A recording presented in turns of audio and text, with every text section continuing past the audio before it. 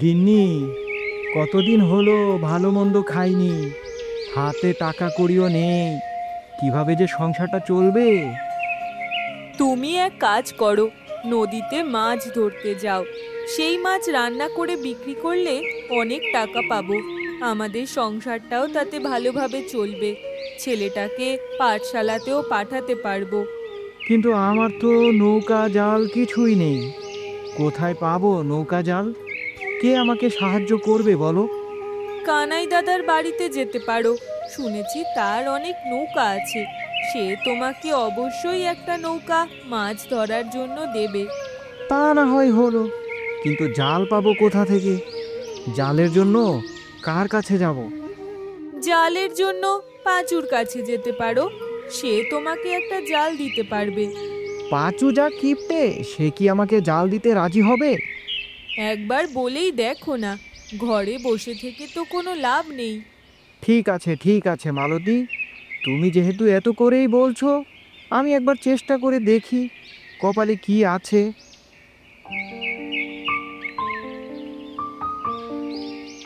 মা, মা, আমিও যাব বাবার সাথে নদীতে মাছ ধরতে। খোকা, তুমি একটু বড় হও, বড় হলে তুমিও তোমার বাবার সাথে নদীতে মাছ ধরতে যাবে। না না, আমি যাব। বাবা রাজু, আমি কানাইয়ের বাড়িতে যাচ্ছি নৌকা আনতে, তুমি বাড়িতে তোমার মার সাথে থেকো। ঠিক আছে বাবা।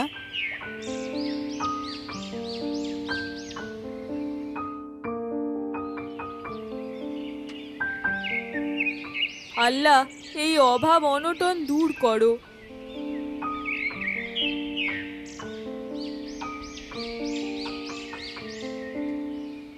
মানুষটি সেই সকালে নদীর দিকে গেছে, এখনো ফেরার নাম নেই।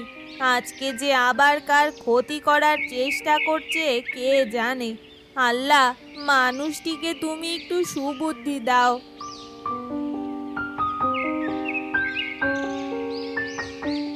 কানাই দাদা, কানাই দাদা ঘরে আছেন? কানাই দাদা, ও কানাই দাদা।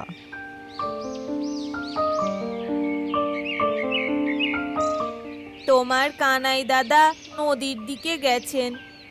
কানাই দাদা ফিরবে কখন? সে তো আমাকে কিছু বলে যায়নি। কবে ফিরবে এই ব্যাপারে আমি কিছু বলতে পারবো না। ঠিক আছে, আমি চললাম নদীর দিকে, দেখি সেইখানে যদি পাই। হ্যাঁ, সেইটাই ভালো হবে।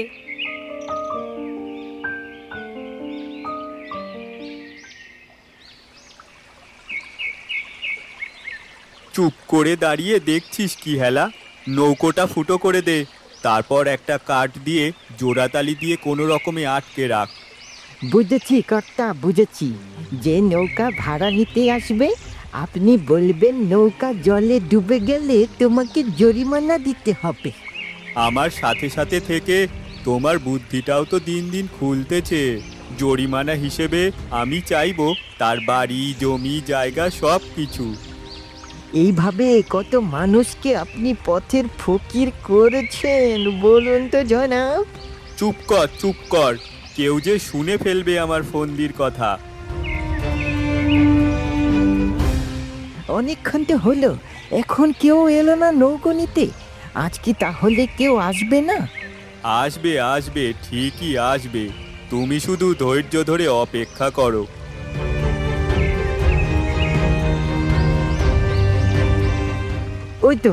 ওই তো একটা লোক মনে হয় নদীর দিকে আসছে। আজকে তাহলে এই লোকটাকেই আমরা মুরগি বানাবো, কি বলেন হুজুর? কথা আসতে বল, না হলে যে সব ফন্দির কথা বুঝে যাবে। কি এত কথা হচ্ছে কানাই দাদা? সে কিছু না, নদীটা কতটা সুন্দর সেটা নিয়েই কথা হচ্ছিল। তাই বুঝি? তুমি তুমি হঠাৎ কি মনে করে কানাই দাদার কাছে এলে? ঝটপট বলো দেখি। আপনি তো জানেন আমি অত্যন্ত গরিব, দুমুঠো ভাত জোগাড় করতেই হিমশিম খেয়ে যাই। ঘরে কোনো বাজার সদাইও নেই। ছেলেটাকে পাঠশালাতে দিয়েছি, সেখানেও প্রচুর খরচ। তাই আপনার কাছে সাহায্য চাইতে এসেছি। তোমাকে সাহায্য করতে পারলে আমারও ভালো লাগবে, বলো তোমার কি দরকার? আপনার তো অনেক নৌকো, আমাকে যদি একটা নৌকো দেন তাহলে বড় উপকার হয় আমার। বউ ছেলে নিয়ে অনেক কষ্টে আছি, আমাকে খালি হাতে ফিরিয়ে দিয়েন না কানাই দাদা। ঠিক আছে ঠিক আছে, তুমি যেহেতু এত করে বলছো তোমাকে একটা নৌকা দেওয়াই যায়, কিন্তু আমার একটা শর্ত আছে। আপনার বুঝি মাছ লাগবে সেটাই তো? না রে বোকা, মাছ নিয়ে আমি কি করব? তোমরা গরিব অসহায় মানুষ, তোমাদের সংসার ভালো চললে আমি খুশি। তাহলে আপনি কি চাচ্ছেন কানাই দাদা? এলা, জগাইকে শর্তের কথা জানিয়ে দে। জগাই শোন, মন দিয়ে, কানাই দাদার নৌকা তুমি বিনা পয়সায় পাবে। তোমাকে কোনো টাকা দিতে হবে না। যদি নৌকার ক্ষতি হয় সেই ক্ষতির টাকা তোমাকে দিতে হবে, বুঝেছো? নৌকার ক্ষতি হবে কেন? নৌকা তো নতুন। আহা, বড্ড বেশি বোঝো তুমি। নদীতে কখন ঝড় ওঠে তা তো আর কেউ জানে না, তাই না? তাহলে বলুন আমাকে কি করতে হবে? বেশি কিছু করতে হবে না, শুধু এই কাগজে একটা টিপসই দিতে হবে। ঠিক আছে কানাই দাদা, ঠিক আছে। আজকে তো প্রায় দুপুর হয়ে গেল, আজ তো আর মাছ ধরার সময় নেই। আমি কাল নৌকা নিয়ে নদীতে মাছ ধরতে যাব। ঠিক আছে ঠিক আছে, তুমি এখন এসো। কাল বেটা বুঝবে মজা। নৌকা সহ জলে ডুবে মরবে, আর তার বাড়ি জায়গা সব কিছু আমাদের হয়ে যাবে। এটাকেই বলে বিনা পুঁজিতে ব্যবসা।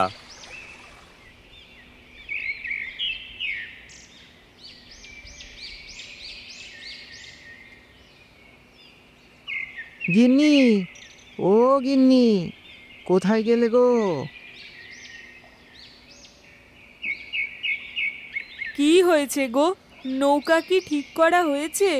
নৌকার ব্যবস্থা হয়েছে, কানাই দাদা নৌকা দিতে রাজি হয়েছে। এবার বুঝি আমাদের আর কোনো অভাব থাকবে না, সব অভাব দূর হয়ে যাবে।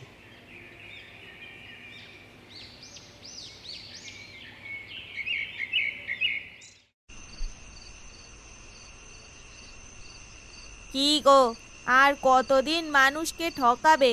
টাকা পয়সা তো অনেক হলো, কত মানুষের জীবন আর কেড়ে নেবে? এটা অন্যায়। এই সব কাজ তুমি ছেড়ে দাও, তুমি ভালো হয়ে যাও। আমাদের যা আছে তাই অনেক। আহ, তুমি চুপ করো, এটাই আমার ব্যবসা।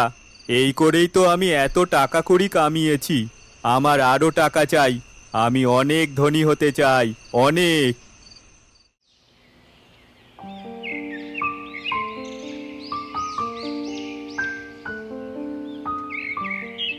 বাবা, আমি আজ তোমাকে ছাড়ছি না, আমি আজ তোমার সাথে যাব মাছ ধরতে।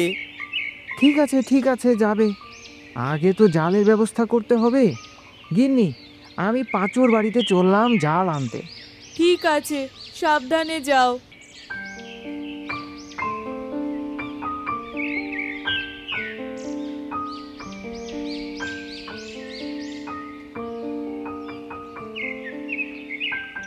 আমি শপথ করলাম এবার থেকে জাল আর কাউকে দেব না। 1 পোয়া 8 পোয়া মাছ এনে দেয়, জালের অবস্থা একেবারে খারাপ করে দেয়। জাল সেলাই করতে করতে আমার জীবন যে শেষ হয়ে যায়। এ জীবনে ঘৃণা ধরে গেল গো, ঘৃণা ধরে গেল। পাঁচু দাদা, ও পাঁচু দাদা, নিজের মনে মনে এত কি বিড়বিড় করছো? কি বলবো তোমাকে, আমি যে আর পারছি না। কি হয়েছে বলোই না। তুমি তো জানো আমি জাল ভাড়া দেই, তার বিনিময়ে কিছু মাছ নিই। কিছুদিন আগে হেলাকে জালটা দিয়েছিলাম, পুরো জাল ছিঁড়ে নষ্ট করে ফেলেছে। অনেক কষ্ট করে আবার সেই জাল সেলাই করেছি, তাই আমি ঠিক করেছি জাল আর কাউকে দেব না। তোমার দুটো পা ধরি পাঁচু দাদা, আমাকে খালি হাতে ফিরিয়ে দিও না। দয়া করে জালটা আমাকে দাও।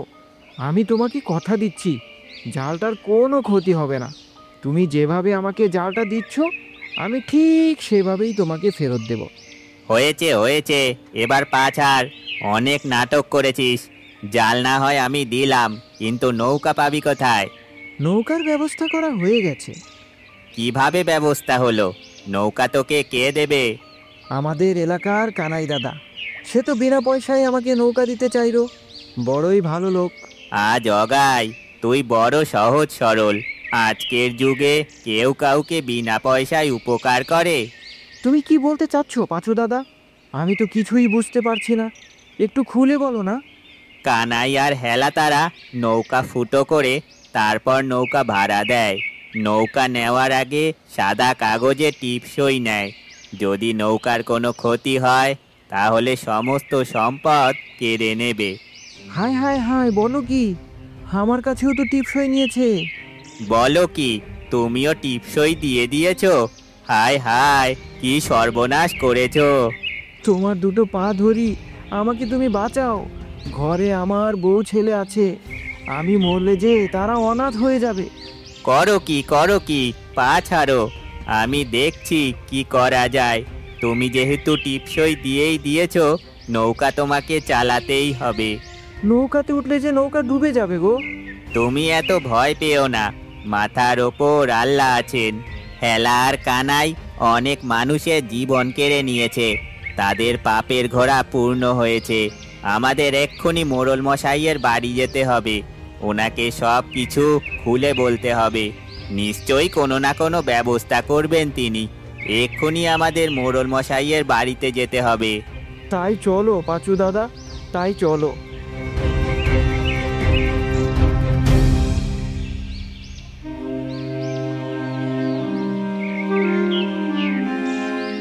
কি যে হবে, আমাদের নদীতে কত মানুষ মারা গেল, আমি মোড়ল হয়ে কিছুই করতে পারছি না। নিজের কাছেই নিজেকে বড্ড খারাপ লাগছে। হুজুর, আমরা তো আর কম চেষ্টা করিনি। দিনরাত নদীতে পাহারা দিয়েছি, মানুষকে বুঝিয়েছি নৌকা যেন সাবধানে চালায়। তবুও লোকজন বলা বলি করছে সেইখানে নাকি ভূতের বসবাস, তার জন্যই নাকি এই বিপদ হয়। না না না না, ভূত নয়, নিশ্চয়ই অন্য কোনো কারণ আছে। আপনি একেবারে ঠিক ধরেছেন মোড়ল মশাই। কে তোমরা? হঠাৎ করে আমার কাছে কেন? আমি খুব চিন্তায় আছি। চিন্তার কোনো কারণ নেই হুজুর। কি বলতে চাও তুমি? সব কিছু আমায় খুলে বলো। পাঁচু মোড়লকে সব কিছু খুলে বলে কানাই আর হেলার চালাকির কথা। এত বড় চালাকি, মানুষের জীবন নিয়ে খেলা। আজকে তাদের উচিত শিক্ষা দিব। চলো আমার সাথে নদীর ঘাটে চলো।